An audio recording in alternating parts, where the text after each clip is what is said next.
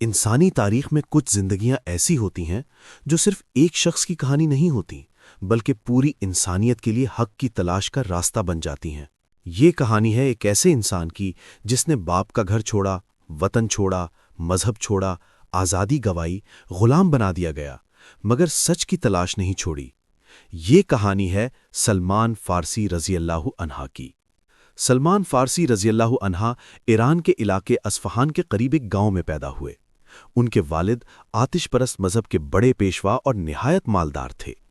سلمان ان کی اکلوتی اولاد تھے، اس لیے والد انہیں حد سے زیادہ حفاظت میں رکھتے، یہاں تک کہ انہیں گھر سے باہر نکلنے کی بھی اجازت نہیں دیتے تھے۔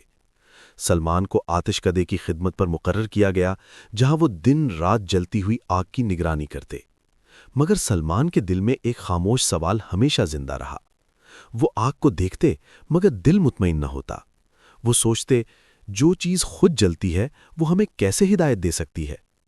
ایک دن سلمان رضی اللہ عنہ اپنے والد کے کام سے باہر نکلے۔ راستے میں انہوں نے ایک گرجا گھر سے عبادت کی آوازیں سنی۔ وہ اندر داخل ہوئے اور عیسائیوں کو نماز میں مشغول دیکھا۔ یہ عبادت ان کے دل پر اثر کر گئی۔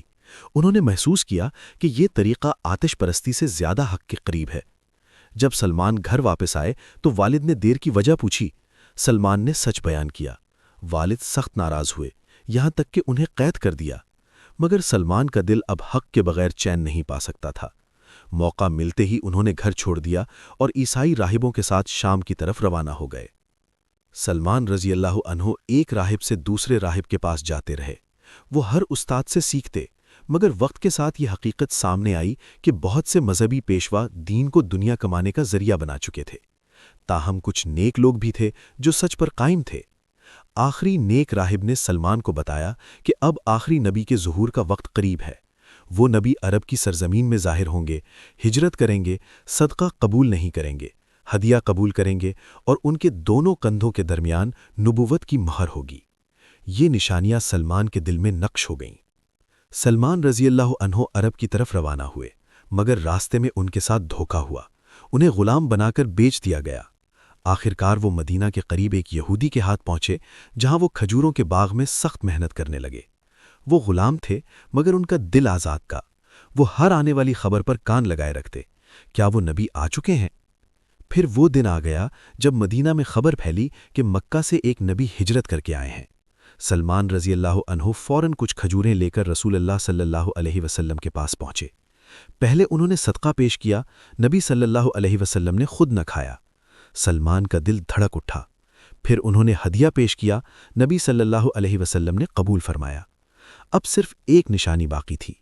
سلمان رضی اللہ عنہ خاموشی سے نبی صلی اللہ علیہ وسلم کے پیچھے گئے اور نبوت کی مہر دیکھی۔ وہ فوراً رو پڑے۔ برسوں کی تلاش ختم ہو چکی تھی۔ انہوں نے اسلام قبول کر لیا۔ بعد میں رسول اللہ صلی اللہ علیہ وسلم کی کوشش سے سلمان رضی اللہ عنہ کو آزادی ملی۔ غزوہ خندق کے موقع پر انہوں نے فارس کا دفاعی طریقہ پیش کیا، خندق کھودنے کا مشورہ۔ رسول اللہ صلی اللہ علیہ وسلم نے اسے قبول فرمایا اور یہی خندق مسلمانوں کی حفاظت کا ذریعہ بنی۔ اسی موقع پر رسول اللہ صلی اللہ علیہ وسلم نے وہ تاریخی الفاظ فرمائے، سلمان منا اہل البیت، سلمان ہم اہل بیت میں سے ہیں۔